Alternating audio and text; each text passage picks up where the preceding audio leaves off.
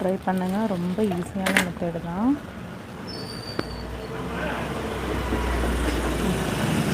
இப்போ இந்த கார்னரை கட் பண்ணி வச்சுக்கணும். சரிங்களா? அவ்வளோதான். இப்போ ஓப்பன் பண்ணி பாருங்கள். இந்த பானிக் அந்த ஸ்கொயர் ஷேப் சூப்பராக வந்திருக்கும். இப்போ நீங்கள் இந்த மேலே ஒரு ஸ்டிச்சிங் கூட போட்டுக்கலாம்.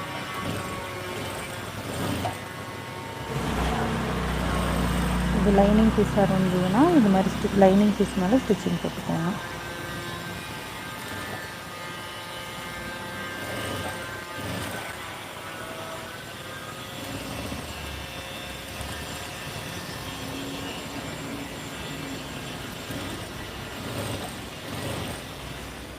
உங்களுக்கு இந்த வீடியோ பிடிச்சிருந்ததுன்னா லைக் பண்ணுங்கள், கமெண்ட் பண்ணுங்கள்.